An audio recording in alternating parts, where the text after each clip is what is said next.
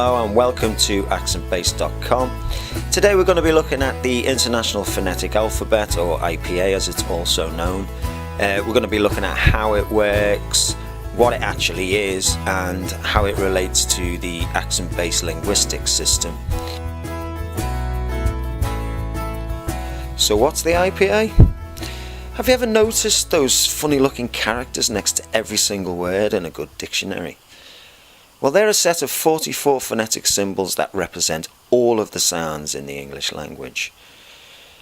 This IPA system was first created by a group of linguists in the 1880s as the science of linguistics emerged. And it was hoped by them that it would actually supersede the Roman alphabet and all of its problems. Obviously, that never happened, but what did happen was they left us a fantastic educational tool that's widely used across the globe by language learners of all kinds. So, how does the IPA actually work in principle? Well, a very rare occurrence in English is when a single spelling can have two completely different pronunciations and the word has the same meaning, and both pronunciations are acceptable. Neither, neither, either, either. Now, some people say this is down to where you come from, but I use them both at different times, and I'm not quite sure why that is. And both are correct, both are acceptable. The problem is, if we really want to outline this anomalous difficulty, how do we actually do that in the written form? Well, if we use the IPA, we can actually see that they're different. Neither, neither, either, either. So as I've already said, this type of thing is very rare in English, where you have two completely separate pronunciations for the same word with the same meaning. So how do we apply the system to regular words? Well, a clear example of its use is provided by the wonderful OUGH spelling in English. Now, this can have many different pronunciations, and there's no way of telling which pronunciation it should be just by looking at the word. So here is the list of words with an OUGH spelling, where the GH is always silent, which isn't too much of a problem. But let's have a look at this. Through, though, thorough, bow, bought, cough. So there's 6 completely different pronunciations for the same spelling pattern. Now, as a student of English, you can see that people will struggle with this. How do we say these words? Can you see a pattern here? I can't see anything. It's just totally crazy. And my favourite one of all is thorough. When that's it, when the other two say through and though.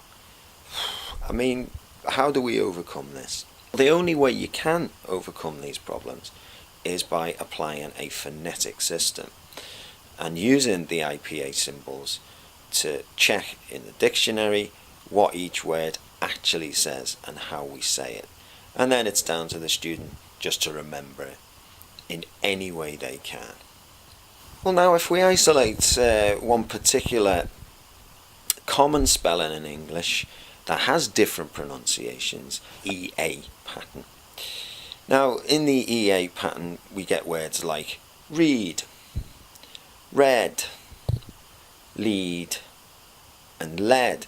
Now, the meaning is different here, depending on the pronunciation, but as a tutor or a teacher, I can only say sometimes it's like this and sometimes it's like that, and I can't give any rule once again, or I can't show students any pattern, because if you look at these 4 words, the 2 pairs are spelt exactly the same.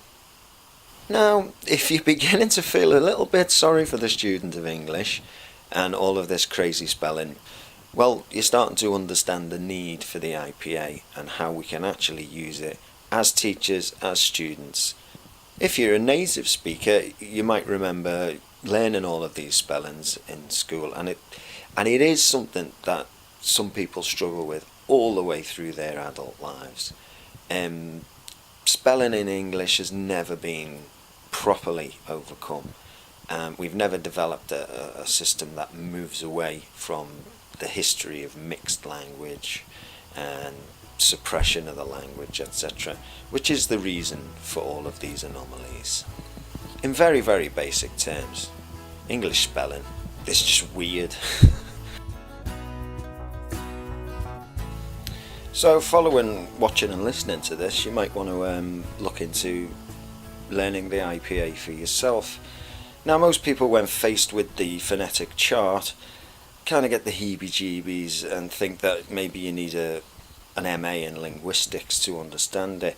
But actually, it's the very basic one, which I'm showing you here, is not very complicated. There are only 44 sounds in English, and I think the best place to start if you want to learn it is with the sounds that you already know.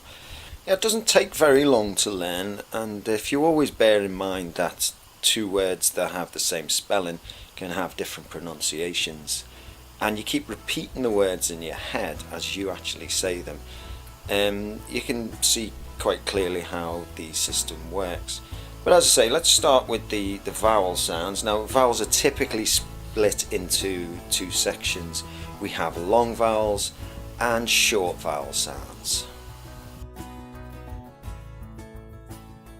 For clear examples of the long vowel sounds, just consider the capital letters that we use for vowels: A, E, I, O, U. And there you have your first 5 long vowel sounds. Okay, so crucial to understanding how the IPA works, I'm now going to give you 4 examples of 4 completely different spellings for each of the 4 long vowel sounds next to me. Okay, so here we have A, say, gate, rain, grey. Okay, so with those 4 you can see that there are 4 completely different spellings, but if you say it out loud, it's the same pronunciation. Okay, so let's see the next one. E, see, me, happy. Alright, once again, 4 completely different spellings for exactly the same sound, and the 2 top ones are exactly the same pronunciation with 2 different meanings. The next one is I, so we've got Y, die, mile, sigh.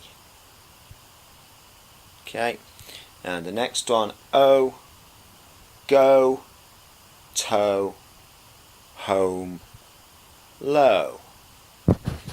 And the last one, which has 3 symbols, because it's got a y sound as well, it's got a vowel sound at the beginning, which is indicated by the J shape in the symbols. U, tube, uniform. So look over those examples again and say them out loud or say them in your head, and you will see that each phonetic sound is exactly the same. And C and C is a perfect example of why we need the IPA, because these 2 words are said exactly the same but have 2 completely different meanings because of the spelling. Okay, and they are of course called homonyms, and there's lots and lots of examples of those throughout English. But in all the other examples you can see there are many different spellings for exactly the same phonetic sound, which is symbolized initially by the capital letters in our alphabet: A, E, I, O, U.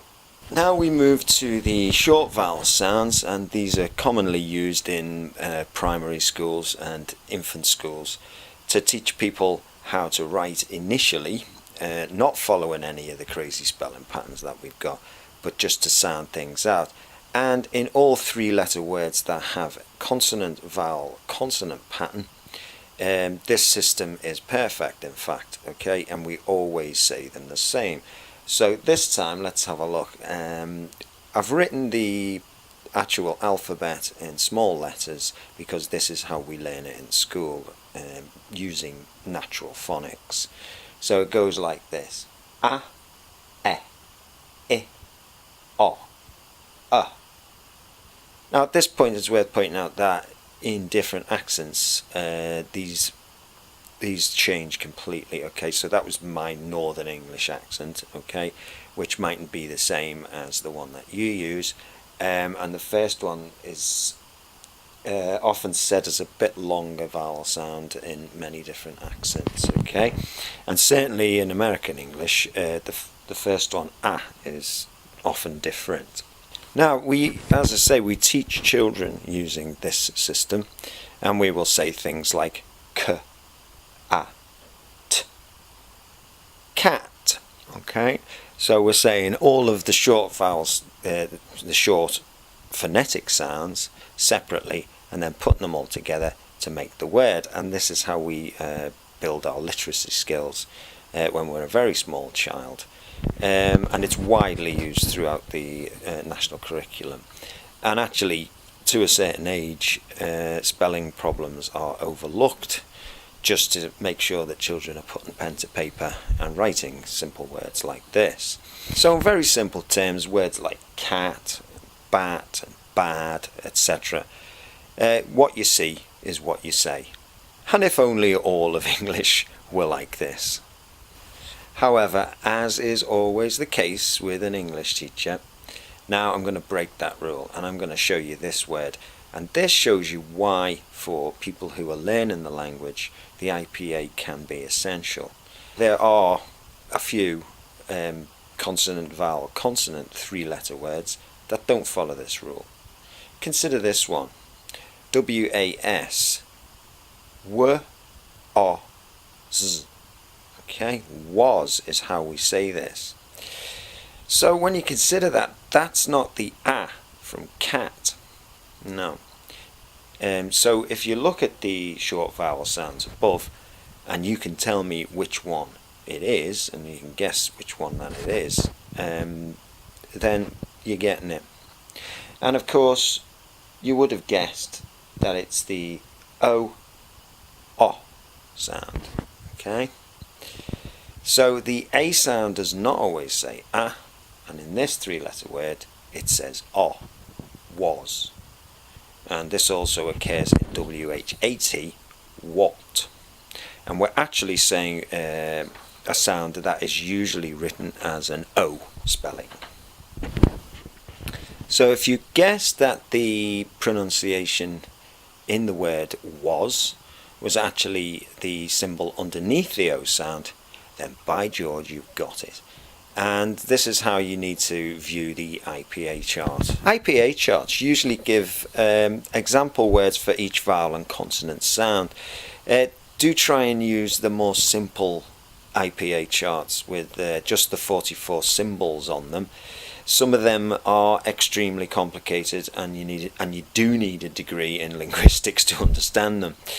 You can find a very simple version on the website under the IPA tab. So finally, I just want to briefly talk about how the IPA relates to the accent-based educational tool that we've already launched and is in its prototype stages. If you look at the example video that we give, you'll see that the prescribed script has tooltips on it, and when you hover over each word you can see the IPA symbols. Now this is for students who are studying English as a second language, and students from Southeast Asia, for example, are already or usually already familiar with the IPA and how it works. So what we're actually asking them to do, and the system will ask them to do, is compare the script for each accent with received pronunciation. So for example, if I was saying in received pronunciation, where's the car, I would say the AR spelling as a capital R sound. Now if I say it in my native accent, I'm from Liverpool, and I say that in a Scouse accent, I'll say where's the car, Now, if you listen to that, the vowel sounds are completely different. And if you consider all the different accents in England or America or all the English-speaking world, you will notice that the accent actually lives in the vowel sounds, and the main differences are in the vowel sounds. And that's the difficulty that people have when they come to an area which has a distinctive accent, that they're not used to listening to those vowel sounds. So my tool will allow them to overcome this problem much more quickly than they otherwise would. Many overseas students or businessmen never actually get over this problem, and they don't bother to integrate with the local people because they simply don't understand them. And we have done research into this and see this as a problem that can be overcome with our online tool, okay? And also with your help. I would like everybody to produce a video or sound file of their accent and send it to us at accentbase.com. The script for the accent is on a link on the About page, so please have a look at that, and if you're brave enough, come forward and do a video, but you don't have to have your face seen. It's a sound file that we want, because what we're going to do is we're going to map the entire English-speaking world, okay, for everybody who's visiting any area of the English-speaking world to peruse and give themselves time to get used to what they're going to hear when they arrive, or on arrival when they discover that they can't understand what's going on around them. So that's the basic idea. So please come forward and help, and we're very excited about the project. And if you're interested in the IPA, have a good look at it. Look over the video again if there's anything you haven't understood. And if you're thinking of going into teaching English, this is something that you don't want to overlook. It's not something that you want to shy away from because you think the phonetic chart looks difficult. It's actually really simple, and many students love it because it overcomes the problems of spelling that they have. So thanks for watching this accentbase.com video, and I hope you've enjoyed it. I hope it's been informative, and I hope you've learned a little bit about those funny little characters that you see in the dictionary whenever you use it. If you are interested in the IPA and you've got any more questions, please post comments below or get in touch with us via the website or on the email address, and we'll get back to you. Thanks very much for tuning in. Take care. Bye bye.